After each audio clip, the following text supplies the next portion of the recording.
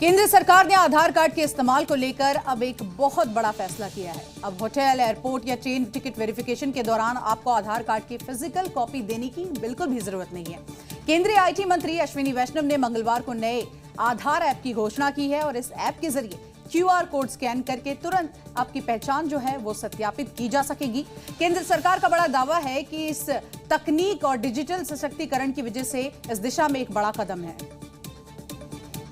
केंद्रीय मंत्री अश्विनी वैष्णव ने इस ऐप का वीडियो ट्वीट किया है, जिसमें आप देख सकते हैं कि QR कोड स्कैन करते ही डिटेल आ जाती है। इसके बाद फेस ऑथेंटिकेशन किया जाता है और जैसे ही ऐप पर डिटेल वेरीफाई होगी, सारी जानकारी स्क्रीन पर आ जाएगी। लेकिन इसके लिए यूजर्स को सबसे पहले अपने फोन पर आधार ऐप डाउनलोड करना होगा। इसके बाद यूजर ऐप में लॉगिन करेंगे और एक यूनिक QR कोड जनरेट होगा।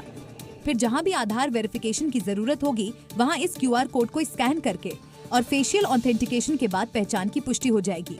ये आधार ऐप मौजूदा एम-आधार ऐप से अलग होगा।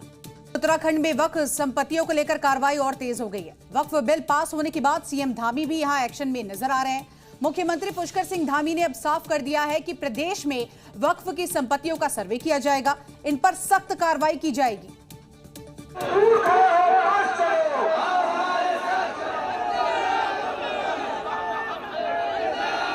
यानी जांच के बाद उत्तराखंड में वक्फ संपत्तियों की भी असल तस्वीर सामने आएगी।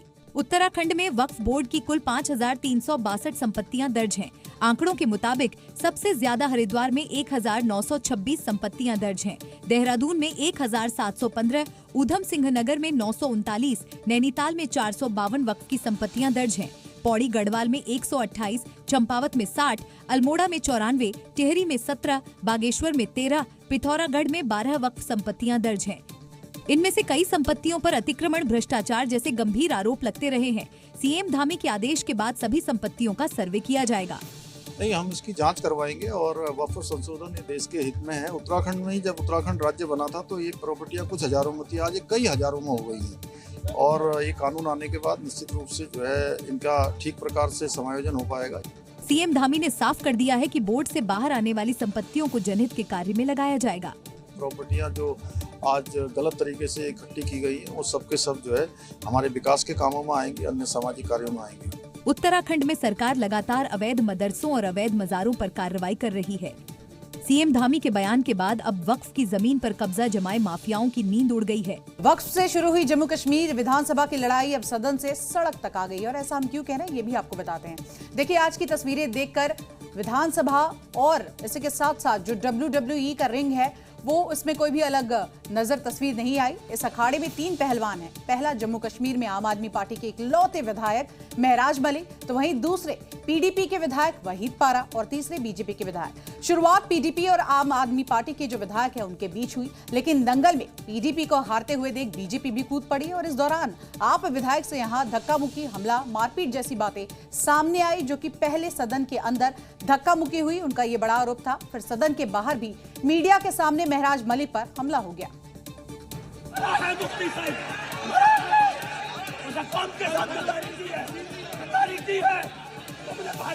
सबसे शर्म की बात तो ये है कि लोकतंत्र की चौखट पर नेता गली के गुंडों की मानिंद लड़ रहे थे। लोकतंत्र का मजाक चौथे स्तंभ के सामने हो रहा था और दूसरा स्तंभ यानी पुलिस प्रशासन तमाशा देख रहा था। और इतने लोगों को आने के क्या जरूरत? गुंडा महराज को डराएंगे, एक को भी नहीं छोड़ूंगा। क्या ये राजनीति का स्याह चेहरा है या फिर सत्ता की भूख ने इसे अखाड़े में बदल दिया है? कश्मीर ही क्यों, पूरे भारत के लोग ये जानना चाहते हैं।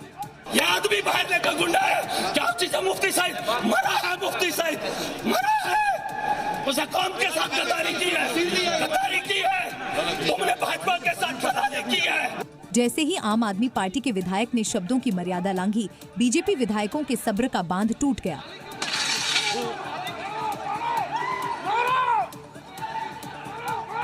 और फिर अंजाम वो हुआ जो लोकतंत्र पर एक काला धब्बा है।